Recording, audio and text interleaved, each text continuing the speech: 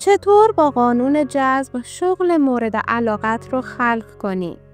روشی که 99% مردم اشتباه میرن. هیچ کس قرار نیست شغل رویاییت رو بهت پیشنهاد بده. چون این شغل هنوز وجود نداره. تو باید خلقش کنی. و خبر خوب اینه که این خلق کردن دقیقاً از لحظه‌ای شروع میشه که ذهن تو روی فرکانس درست تنظیم کنی. سلام بهت دوست نازنینم. خوش اومدی به جایی که قرار مسیر شغل رویایی تو با هم بسازی. میدونم الان شاید ناامید باشی. شاید بارها تلاش کردی ولی نتیجه‌ای نگرفتی. اما من بهت نشون میدم چطور با تغییر ارتعاش ذهنت شغل رویاییت رو وارد زندگیت کنی. 99% مردم دارن شغلی رو جذب میکنن که ازش متنفرن چون ارتعاششون روی نیازه. وقتی میگی من کار میخوام چون بی پولم، ارتعاشت فقدانه.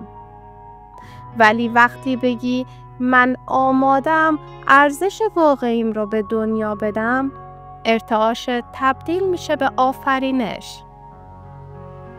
الان ازت میخوام یه لحظه چشمتو ببندی و آخرین باری که از بیکاری شکایت کردی رو تصور کنی. اون لحظه دقیقاً داشتی به دنیا چی سفارش میدادی؟ همون جمله رو تغییر بده.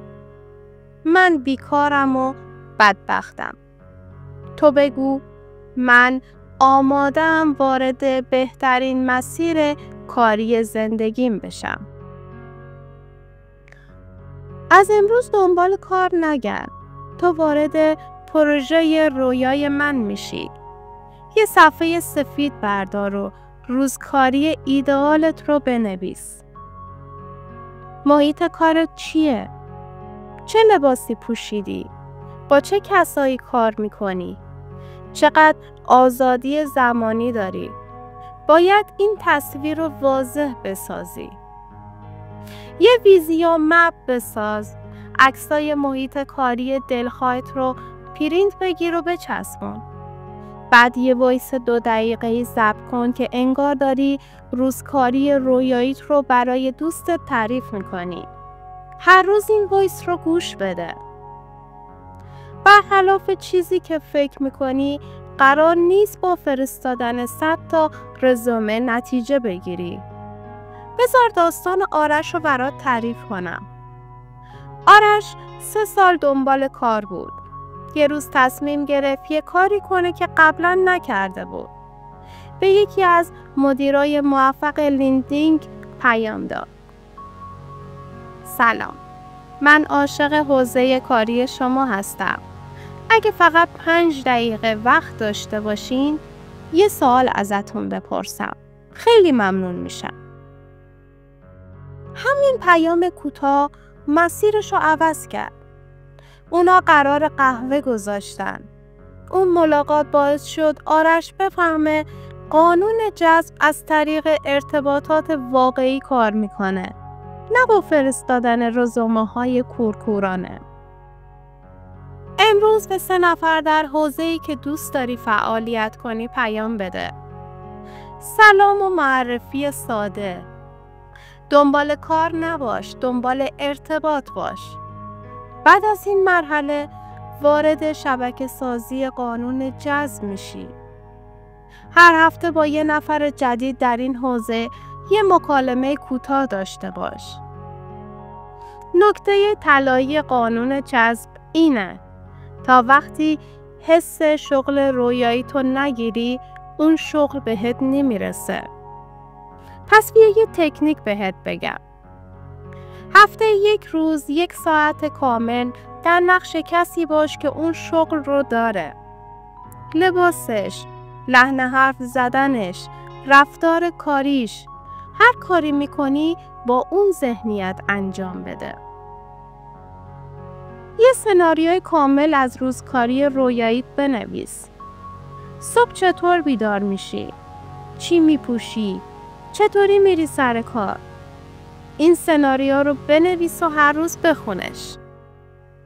بزرگترین اشتباه اینه که دنبال نتیجه فوری باشی. تو باید عاشق حرکتت باشی، نه نتیجه. برای همین بهت میگم امروز یه پروژه کوچیک رو رایگان انجام بده. یه مقاله بنویس، یه ویدیو بساز، یه طراحی بزن. فقط با عشق، بدون چشم داشت. یه نفر فقط با ساخت یه ویدیو رایگان و منتشر کردنش بعد از یه هفته پیشنهاد کاری گرفت.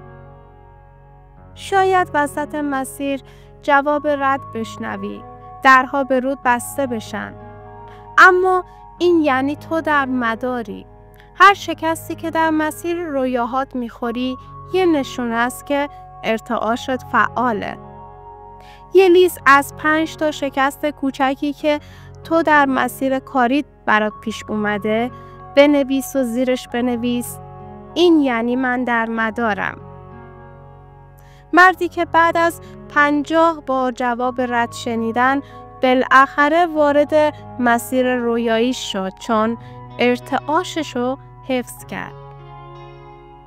الان که تا اینجا اومدی یه کار دیگه مونده.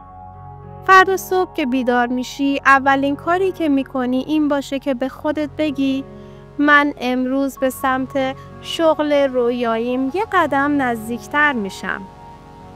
الان همین پایین برام بنویس شروع کردم. سابسکرایب یادت نره چون قراره این مسیر رو با هم بسازیم. من در این کانال برات ویدیوهای عملی واقعی میسازم. این فقط یه ویدیو نبود. این شروع یه سفر جدیده. بزن بریم.